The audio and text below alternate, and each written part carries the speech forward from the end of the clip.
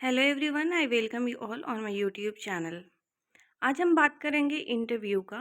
एक कैंडिडेट है, उनका इंटरव्यू हुआ है 9 जुलाई को। उनका इंटरव्यू के बारे में जानेंगे कि किस तरीके का क्वेश्चन था।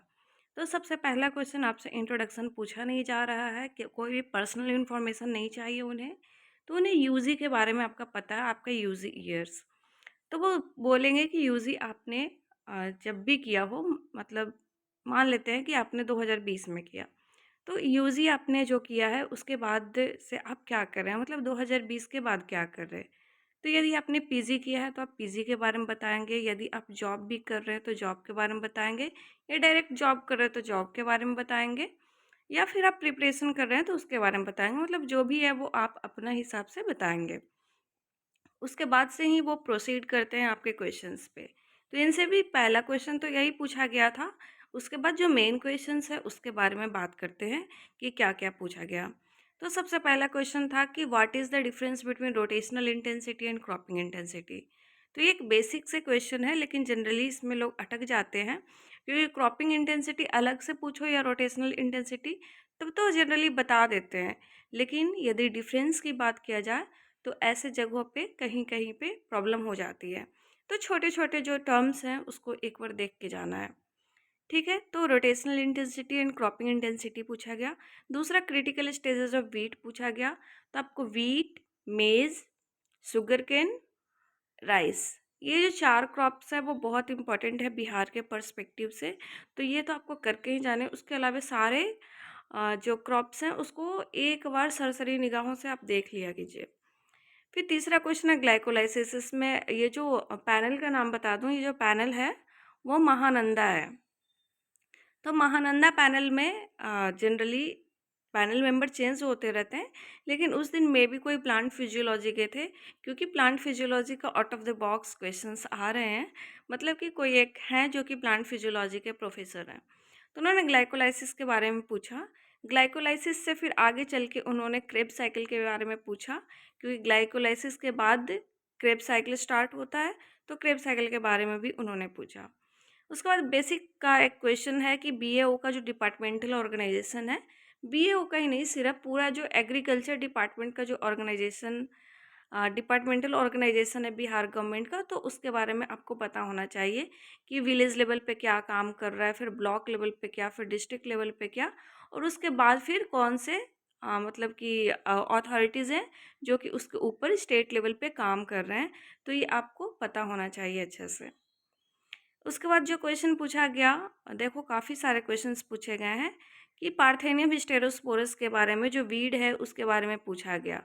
तो ये आप छोटे छोटे जो वीड वगैरह भी साथ में है ना, आप करते जाइएगा, कि जैसे राइस, वीट, मेज, शुगरकेन मैंने बोला, तो उसके साथ जो उसके वीड और वीड मैनेजमेंट भी करते जाइएगा। तो ये पूछ लिया गया पार्थेनियम के बारे में। फिर एग्जाम्पल ऑफ रिले क्रॉपिंग। तो पहले तो रिले क्रॉपिंग होता क्या है, और इस तरीके के जितने भी टर्मिनोलॉजी हैं उनको देख लीजिएगा और उसके एग्जाम्पल के साथ। तो एग्जाम्पल ऑफ रिले क्रॉपिंग पूछ लिया गया है। फिर कुछ छोटे छोटे क्वेश्चंस हैं, मतलब न्यूमेरिकल बेस्ड, जो कि आप बहुत इजीली सॉल्व कर सकते हैं वहाँ पे। तो वैसा पूछा गया है। जैसे 100 kg पैडी में राइस कितना होगा। तो यदि आपको हलिंग परसेंट याद है, हलिंग परसेंट, तो आप बहुत इजीली आंसर कर सकते हैं कि कितना राइस होगा 100 kg पैडी में। ठीक है, तो 66% होता है, तो इसका सीधा सीधा आंसर हो गया 66 kg। फिर 2% के रेट से 200 लीटर पानी में कितना यूरिया देना होगा। बहुत इजी क्वेश्चन और सिंपल, तुरंत आप वहाँ पे विद इन 1-2 सेकेंड कैलकुलेट कर सकते हैं, और इसी तरीके के क्वेश्चन पूछे गए हैं। फिर 4 क्रॉप्स 2 ईयर में लगाते हो तो कितना रोटेशनल इंटेंसिटी होगा। ध्यान रखो कि यहाँ पे क्रॉपिंग इंटेंसिटी नहीं पूछा गया है, ये रोटेशनल इंटेंसिटी पूछा गया है। तो यदि आप इस पर कोई क्रॉस क्वेश्चन करना चाहते हैं, आपको क्लियर नहीं हो रहा है, तो आप वहाँ पे बोल सकते हैं कि सर मतलब क्रॉप सेम है या डिफरेंट है। तो आपको उसके पहले पता होना चाहिए कि क्रॉपिंग इंटेंसिटी और रोटेशनल इंटेंसिटी में बेसिकली फ़र्क क्या होता है। तो आप बता सकते हो इसको। उसके बाद फिर एक जनरलाइज्ड क्वेश्चन फिर से आया। बीएओ का जैसे डिपार्टमेंटल ऑर्गेनाइजेशन पूछा गया, वैसे ही फिर बीएओ बन के क्या काम करोगे। तो आपको फंक्शन पता होना चाहिए पहले तो, कि बीएओ या फिर आपका एसडीओ में भी सिलेक्शन हुआ है तो बीएओ और एसडीओ का क्या-क्या फंक्शंस है। तो जो फंक्शन होगा उसी में तो आप काम करोगे ना, कोई आपका प्राइवेट फर्म तो है नहीं कि आप खुद से कुछ बना लोगे कि नहीं मैं ये भी कर दूँगा, मैं वो भी कर दूँगा ऐसा करके। तो जो फंक्शन होता है उसी से निकाल के आपको बोलना है कि आप क्या करोगे। ठीक है, फिर जॉब क्यों छोड़ना चाहते हो? तो ये जो पर्सन थे वो जॉब में थे, तो इसीलिए बहुत जेन्युइन सा क्वेश्चन बनता है कि जो आपका प्रेज़ेंट जॉब है उसको आप क्यों छोड़ना चाहते हैं? ठीक है, फिर पार्थेनोकार्पिक के बारे में पूछा गया, पार्थेनोकार्पी होना चाहिए। तो पार्थेनोकार्पी के बारे में पूछा गया कि पार्थेनोकार्पी क्या है? पार्थेनोकार्पी से ही फिर थोड़ा-सा वो आगे बढ़े और उन्होंने फ़र्क पूछ लिया कि what is the difference between parthenogenesis and parthenocarpy. उसके बाद फिर एक सिंपल सा क्वेश्चन कि लाइसिस क्या है? तो मतलब कि सिंपल लाइसिस जो कोई भी चीज़ हो सकता है ब्रेकडाउन उसके बारे में पूछ लिया गया।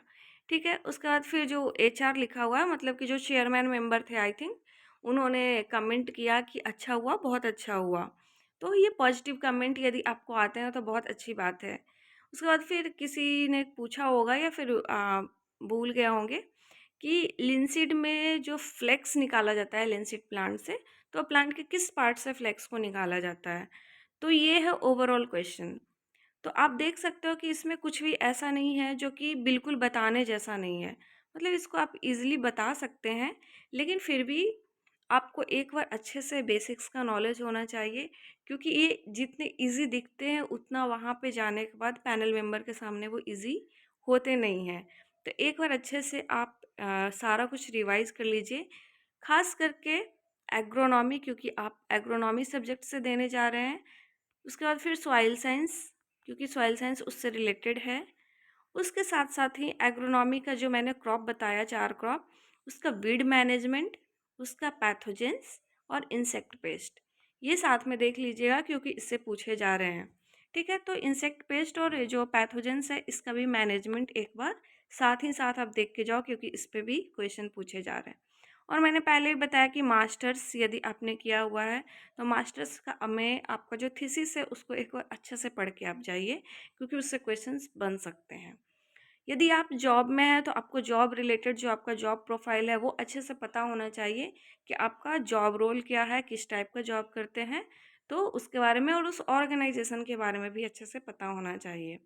ठीक है, जैसे कुछ बहुत सारे लोग एटीएम बीटीएम और आत्मा में काम कर रहे हैं, तो उनसे उस बारे में थोड़ा डीप क्वेश्चन भी पूछ लिया जा रहा है और कभी कभी नहीं भी पूछा जा रहा, तो ये एकदम ज़रूरी नहीं है कि वो पूछा ही जाएगा, लेकिन यदि पूछा गया और नहीं बताया तो वो रॉन्ग इम्प्रेशन बनेगा कि आपको अपने प्रेजेंट जॉब के बारे में भी नहीं पता। तो जॉब के बारे में भी अच्छे से करके जाना है।